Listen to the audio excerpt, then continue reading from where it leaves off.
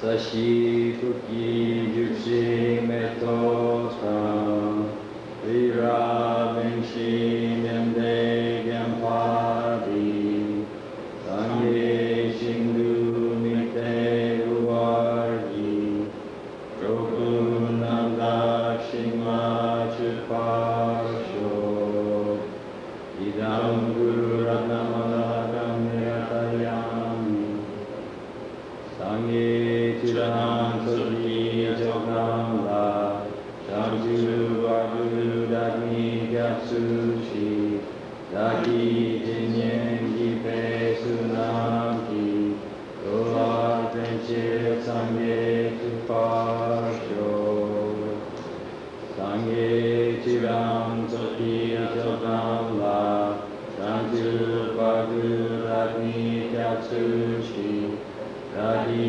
Jinyen Gipe Sunamki Dolar Venchir Sangye Tupasho Sangye Chiram Soti Jogam La Shamju Vagu Dagni Gyatsushi Dagi Jinyen Gipe Sunamki Dolar Venchir Sangye Tupasho.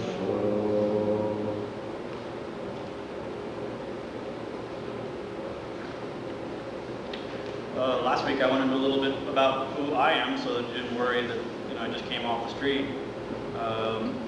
But you can check out Tashi Lhunpo Mahayana Buddhist Temple website, and it has a little blurb. Let's see. We talked a little bit about motivation last week, about what kind of motivation would be proper to attend a most holy Mahayana Buddhist teaching. The kind of lowest Buddhist meditation would be, maybe I get a better deal in the next life, this life ain't going too good, maybe next life, if I collect strong, pure causes, then I'll get, a better, higher, what they call high status, higher realms, the God realms, the demigod realms, or a human realm, again in the next life, not the lower realms. Then one motivation might be that you just want to get out of this kind of life where you're being forced to be born, grow old, and suffer and die. You just want, and all the various problems that come along with that, relationship problems and everything, just get out of that kind of suffering altogether. That's one motivation. The kind of proper motivation for this type of Buddhism is the person that realizes that he is suffering, wants to get out of that suffering, and then wants to help everybody else get out of that suffering too. And that's a proper motivation. That doesn't mean you can't come to a Dharma, this kind of Dharma class if you don't have that proper motivation, because honestly, I probably are somewhere in, just let me have a better next go around, myself. I mean, I don't know if I get up in the morning with that kind of grand, I gotta help every living being sort of motivation. That's a very holy mind. I work on it myself, but I'm not there yet. So don't feel like you're going to be excluded from the class if you don't have that. You have to work on that. Master Shantideva, in the Bodhisattva Charavatara, he said in the patience chapter, any quality of mind can be cultivated.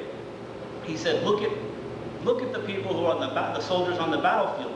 Some of them get cut, get run through with spears, and they get angrier and they vanquish their foe. Some people, when they get cut, very small wound on a battlefield, run like hell. What's the difference between these two types of people?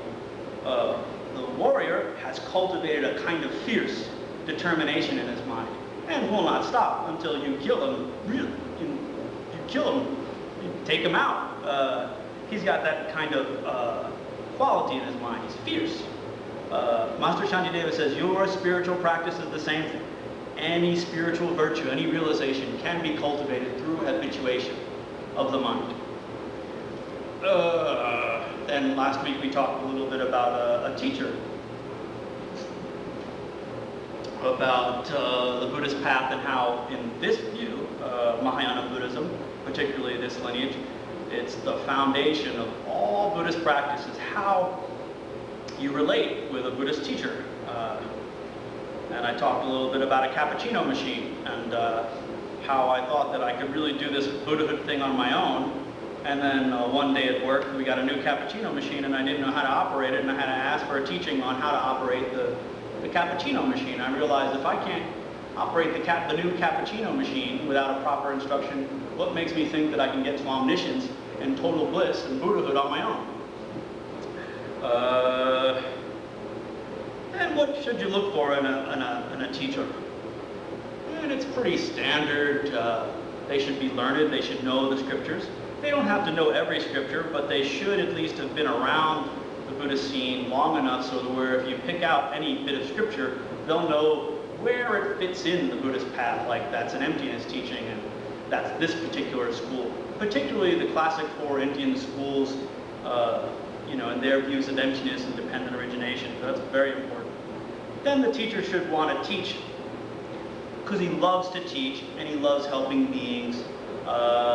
Shouldn't teach for gain, for Rolls Royces or for the chicks or, that kind of stuff. He should just teach out of wanting to help people. He should have a very high realization. And how do you know whether your teacher has a high realization? Because in Buddhism, teachers aren't supposed to talk about how they have the realizations. Some may hint at it to give you kind of great faith, but generally Buddhist teachers don't talk about what realizations. You can see their behavior, whether they're controlled in their morality. But I think they should, at the very, from my own personal experience, like when I started studying with Khyentse Rinpoche, who is now gone, and Geshe Roach years ago in Manhattan, I said, I don't know whether these guys have any kind of realization, so they better know their stuff. That's the way I felt. Like, they better really know their stuff. If they don't, so at the worst, I got a guy who really knew his stuff, read his books. They did the homework. They did the math. They knew that. They got that. And so that's like you can go with that. I mean, you can go with a person who is, at the very least, has a very fine intellectual understanding of these basic fundamental Buddhist concepts. I think. And I always say what His Holiness says about the matter is that, you should look for a teacher that has all these great qualities, but if you can't find that kind of teacher, then you pretty much in the West here have to, take what you can get, which is, there might not be that kind of teacher around. And what kind of student should you be? They have the classic three problems of the pot, dirty pot, broken pot, upturned pot. Mainly it's dealing with your motivation and your mind. If you can't keep the teachings nicely, they're taught, if you don't go and contemplate them afterwards and keep them nicely, that's a problem. If your motivation is that you want the cookies on the break or want to hook up, then that might not be a proper motivation to attend the teachings. Impure motivation.